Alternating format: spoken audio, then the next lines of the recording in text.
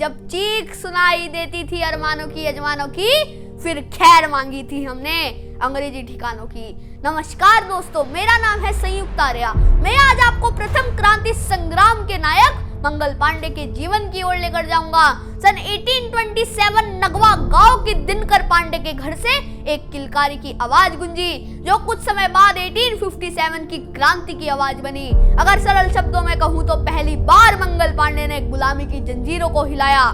मंगल पांडे पढ़े लिखे नहीं थे, लेकिन देशभक्ति तो सिर्फ और सिर्फ जज्बा मांगती है, और जो भारत की माटी पर पला भरा हो उसमें जज्बा ना हो, ऐसा तो हो ही नहीं सकता। और यह जज्बा जरूरी भी था। अगर यह जज्बा ना होता तो आने वाली नस्ल आजाद हिंदुस्तान की झलक तक ना देख पाती। आइए दोस्तों, मैं उस क्रांति के नायक मंगल पांडे के चरित्र को बनाने की कोशिश करता हूँ कि उनका चरित्र कैसा था। कि माथे पर तिलक था, उसके नेत्रों में अक्स संवारा था। माथे पर तिलक था, उसके नेत्रों में अक्स संवारा था। जितना मीठा पानी था वो उतना ही तो खारा था, जितना मीठा पानी था वो उतना ही तो खारा था। इस बात का इल्म तो आपको हो ही गया होगा कि मंगल पांडे सनातनी और हिंदुस्तानी नस्ल के वह माली थे जो ईस्ट इंडिया कंपनी में बतौर सैनिक काम करने के बावजूद भी इंकलाब के बीच बो रहे थे।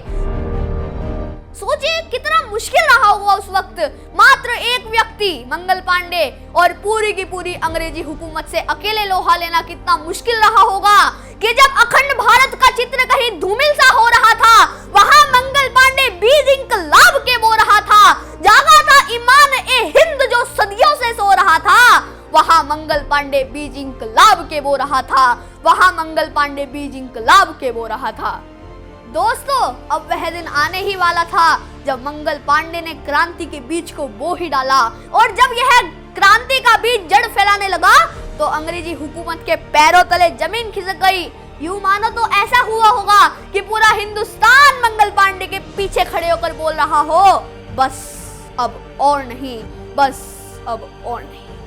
अब मंगल पांडे और फिरंगी आमने सामने खड़े थे, परंतु वह नहीं जानते थे कि मंगल पांडे के बाद कई और मंगल पांडे जन्म लेंगे। वह मंगल पांडे का मजाक उड़ाने लगे, उनके ऊपर हंसने लगे, पर उनको कौन बताए कि अहंकार हमेशा हंसता है और अंत में हारता है।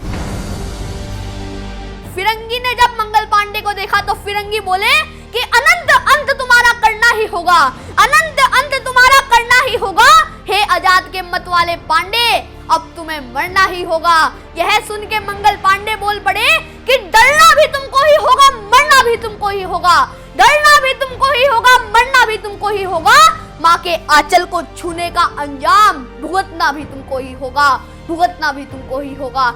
यही तो क्रांतिकारियों की पहचान होती है। मौत को सामने देखकर भी मौत से नहीं डरते और आंख से आंख मिलाकर बात करते रहते हैं। अब मैं आपको बताना चाहूंगा कि उस वक्त हमारे भारतवर्ष में, हमारे देश में क्या माहौल रहा होगा।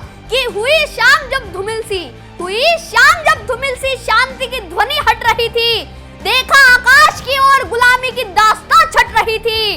अब दिन तो बड़े लग रहे थे, रात जैसे तैसे कट रही थी। दबी थी दिल में जो ज्वाला अंग्रेजों के विरुद्ध फट रही थी, दबी थी दिल में जो ज्वाला अंग्रेजों के विरुद्ध फट रही थी। दोस्तों, मैं सोचकर सोच में पड़ जाता हूँ कि हिंदुस्तानी नस्ल किस मिट्टी की बनी है।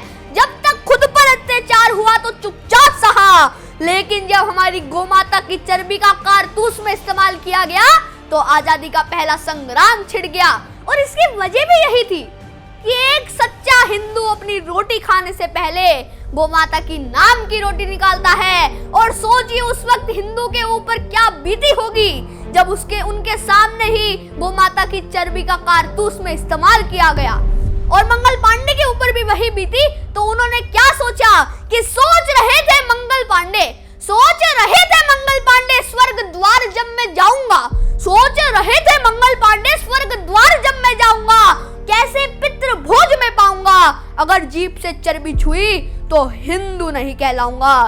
कैसे जीवन जीऊंगा मैं, क्या आदर्श बन पाऊंगा, कैसे आजादी के मतवालों का गीत मैं गाऊंगा। अगर जीभ से चर्बी छुई तो हिंदू नहीं कहलाऊंगा, तो हिंदू नहीं कहलाऊंगा। यह किस्सा भूल मत जाना, यही हमारी क्रांति का प्रथम कारण बना, गोमाता की चर्बी का कारतूस में इस्तेमाल। यह लड़ाई किस हिस्से में शुरू हुई, इसके ऊपर प्रकाश डालने की कोशिश करता हूँ कि जब आजादी की ज्वाला हर तरफ सुनी थी, ज्वाला को जगाने वाली वह मेरठ की भूमि थी, खुल रही थी वह आंखें जो सदियों से मुंदी थी, इंकलाब घुला हवाओं में फिजाए वतन की चूमी थी, फिजाए वतन की चूमी थी। आजादी कुर्बानी मांगती है और वह तो पूरा की पूरा दौर ही कुर्बानियों का रहा। जब मंगल पांडे ने हुकूमत के खिलाफ विध्वंस करना शुरू करा तो हुकूमत ने, अंग्रेजी लोगों ने उस आवाज को दबाने का निर्णय कर लिया, क्योंकि उनको डर था कि यह आंदोलन बड़ा रूप ना ले ले। और उसके बाद वो मंगल पांडे और फिरंगी आमने सामने आ चुके थे। फिरंगियों को देखकर मंगल पांडे के सब साथी भाग पड़े और तब मंगल पांडे ने अकेले ही फिरंगियों से लोहा लिया और लड़ते रहे, लड़ते रहे, लड़ते रहे कि हुकूमत का आदेश हुआ था, फिर नस नस में रक्त बहा था। हुकूमत का आदेश हुआ था, फिर नस नस में रक्त बहा था। एक अकेला मंगल पांडे पूरी सेना से लड़ा था, एक अकेला मंगल पांडे पूरी सेना से लड़ा था।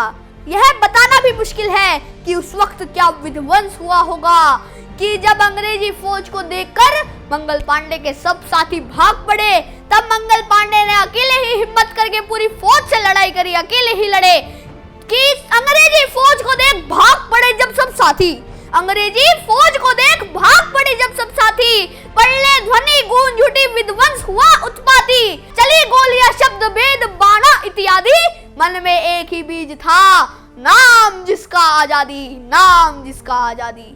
मंगल पांडे आखिरी सांस तक लड़े, लेकिन आप तो जानते ही हैं आजादी के मतवालों का इनाम तो शहादत ही होना था और मंगल पांडे को सन 1857 को फांसी दी गई। मंगल पांडे खुशी खुशी आजादी के नाम का पहला फंदा गले लगाया और पंच तत्व में विलीन हो गए, और ऐसे विलीन हो गए कि आज भी आजादी की खुशबू मंगल पांडे की याद दिलाती है कि यह खुशबू सलामत है, हवाओं में रहती है। कौन सी खुशबू? जी हाँ दोस्तों, मंगल पांडे की आजादी के ऊपर एक कुर्बानी की खुशबू, कि यह खुशबू सलामत है, हवाओं में रहती है, महकती है हर रोज, वतन की फिजाओं में रहती है। वैसे तो मंगल पांडे को शब्दों में बताना बहुत मुश्किल है, फिर भी यह छोटी सी कोशिश थी। अच्छी लगी हो तो उसको जरूर शेयर करें। ये पंक्तियां मैं मंगल पांडे को समर्पित करना चाहता हूँ कि मंगल तेरे मंगल सुनकर गर्व से सीने चौड़े हुए थे, जाग उठे थे वह युवा जो कई वर्ष से सोए हुए थे, काटी आजादी की फसल हमने, बीज तूने ही बोए थे, बीज तूने ही बोए थे, बीज तूने ही बोए थे। अगली बार मैं आपके पास फिर आऊंगा किसी वीर क्रांतिकारी की कविता, कहानी और किस्से लेकर। तब तक के लिए जय हिंद, जय भारत, धन्यवाद।